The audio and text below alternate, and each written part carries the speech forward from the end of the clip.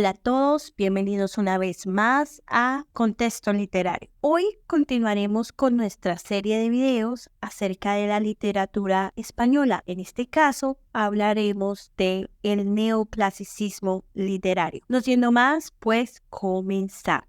El neoclasicismo fue un movimiento artístico y literario que surgió en el siglo XVIII. Una de sus principales características es que siempre iba a predominar la razón y la lógica. De allí que vamos a ver un estudio racional de los problemas científicos o filosóficos, en este caso, los tratados y los ensayos. También va a haber un análisis normativo de las obras artísticas y literarias, en este caso, pues, las críticas. El neoclasicismo, como lo dije anteriormente, surge en el siglo XVIII, pero se va a extender hasta principios del siglo XIX. Esto fue como una reacción al barroco, ya que en el neoclasicismo vamos a encontrar la razón, vamos a encontrar la claridad, la simplicidad, mientras que en el barroco se va a encontrar excesos y exageraciones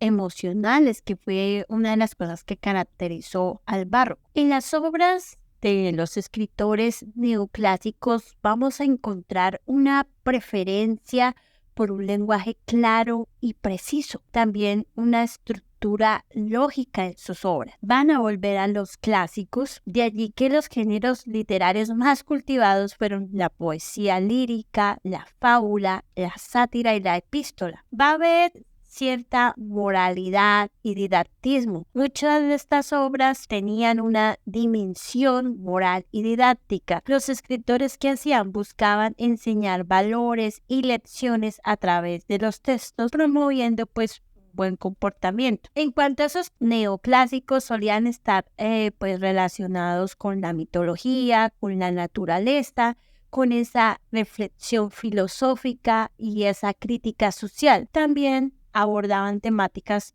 como temas patrióticos, políticos o influenciados por la Ilustración. Bien, ahora vamos a hablar de Ignacio de Luzán. Este fue un erudito que nació en Zaragoza el 28 de marzo de 1702. Estudió lenguas antiguas, se licenció en Derecho y comenzó a interesarse desde muy joven por la historia universal, por la filosofía y la literatura. Pasó un largo tiempo en Italia. Más adelante, Luzán va a colaborar cumplidamente en diversas tareas académicas que se le encomendaron en la redacción de la primera ortografía y en la de la gramática. A su vez, va a traducir poesías de autores clásicos como lo fue Horacio, Ovidio, Anacreonte, y para el año 1737 Luzán va a escribir la mayor aportación escrita como obra fundamental para el estudio de la teoría literaria. Luzán propuso una serie de principios literarios basados en las ideas neoclásicas que siempre iban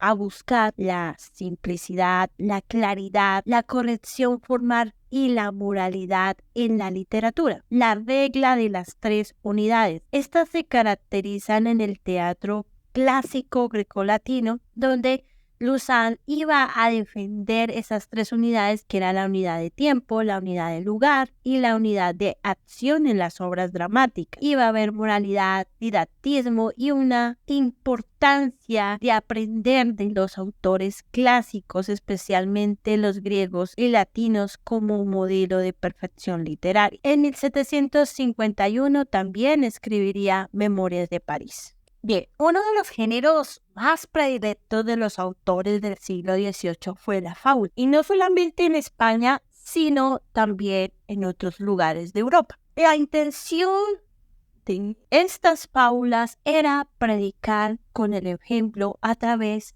de historia. Estas historias iban a ser protagonizadas por animales para instruir a los hombres. En España surgirían dos grandes fabulistas. Uno sería el señor Tomás de Iriarte, que nació en 1750 y murió en 1791, y luego vendría Félix María de Samaniego. Este nació en 1745 y murió en 1801. Ambos se alzaron como sus principales cultivadores. Eran conocedores de la cultura francesa, que en España seguía siendo de gran influencia tras la llegada de los Borbones a comienzos del siglo XVII. Hablar un poquito de los autores que ya anteriormente había mencionado, y vamos a comenzar con el señor Tomás de Iriart. Este señor fue un laborioso autor de teatro que dio sus primeros pasos en la literatura como traductor del francés. Este se lo enseñó pues su tío Juan. Iriart fue destacado porque empleaba en sus fábulas animales antropomórficos para transmitir enseñanzas morales y éticas. Tiene un estilo neoclásico. Una de las cualidades es que tiene precisión en la expresión. Algunas de las fábulas más conocidas de Iriart es El elefante y la pulga, El relojero y el reloj y El erizo y el zorro. Por otra parte, tenemos al señor Félix María Samaniego, el cual estudió humanidades en Bayona, y sus fábulas son conocidas por tener un estilo sencillo, cargado de humor, y también donde hay mucha sátira a la sociedad y a las aristocracias. Algunas de sus fábulas más famosas es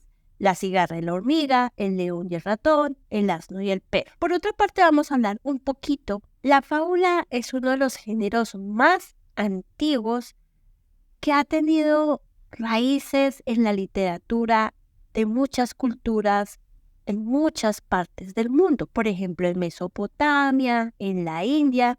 Luego vendría Esopo, La Fontaine, que harían pues sus fábulas.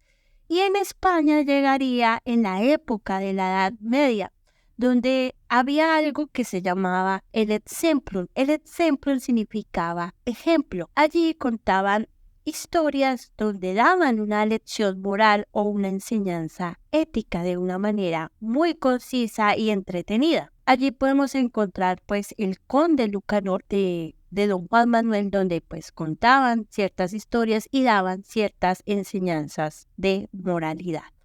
Bien, ya por último vamos a estar hablando cuáles eran las características del teatro neoclásico español. En primer lugar, una de las características principales es que hacían énfasis en la razón, en la lógica, en la claridad, en la expresión. Evitaban esos excesos, esa retórica exagerada, y en cuanto a los dramaturgos de esta época, abogaban por un estilo de escritura claro y conciso. Igualmente van a hacer uso de las unidades clásicas, las cuales consistían en una unidad de tiempo, una unidad de lugar, una unidad de acción. Esto significaba que las obras de teatro debían transcurrir en un solo lugar durante un periodo de tiempo y centradas en una trama principal. Los temas que manejaban más que todo eran temas morales, éticos. Se presentaban personajes, por ejemplo, virtuosos que luchaban contra la adversidad y el mal, y al final transmitían una lección moral al público. Había una crítica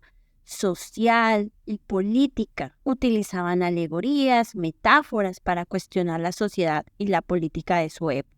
Ya por último vamos a hablar de dos dramaturgos destacados en el teatro neoclásico español. Uno de ellos fue el señor Leandro Fernández de Moratín y el otro fue Vicente García de la Huerta. En cuanto a Leandro Fernández de Moratín, nació en 1760, fue autodidacta y también fue hijo del señor Nicolás Fernández de Moratín, el cual era también dramaturgo y escritor.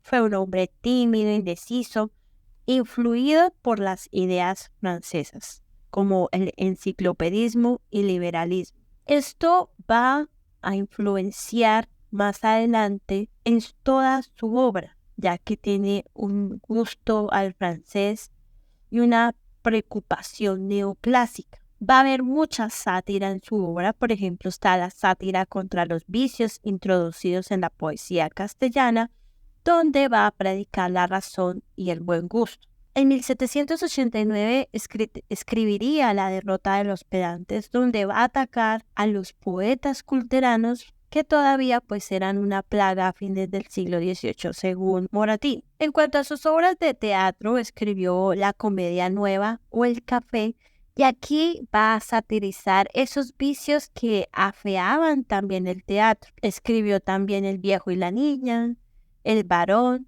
La mojigata, y una de las obras más destacadas de Moratín sería El sí de las niñas. Los temas que aborda El sí de las niñas son temas como el matrimonio forzado, la importancia de la elección individual en el amor y en el matrimonio. También critica esas prácticas sociales de la época donde pues las mujeres eran a menudo tratadas como objetos de propiedad y tenían poco o ningún control de sus propias vidas y destinos. La trama va a ser simple y se va a desarrollar en un solo lugar y durante un periodo breve de tiempo. En cuanto la obra se va a centrar en personajes que van a encarnar virtudes y vicios, lo que refleja la preocupación moral típica de este periodo. Bien, ahora vamos a continuar con el señor Vicente de la Huerta.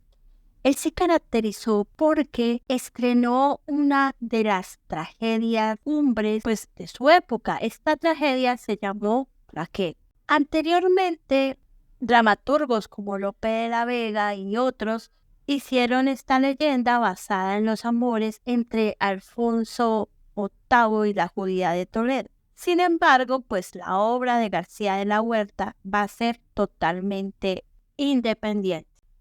Por otra parte, la obra de García de la Huerta se va a destacar por las polémicas, entre ellas temáticas como la xenofobia, el conservadurismo, entre otras cosas. García de la Huerta también editó una antología del teatro clásico barroco español. Este fue de 16 volúmenes. En cuanto a su poesía, va a estar recogida fundamentalmente en 2 tomos, obras poéticas y poesías. Y bueno, eso es todo por el video de hoy. Muchas gracias por su atención. Nos veremos en un próximo video. Hasta la próxima.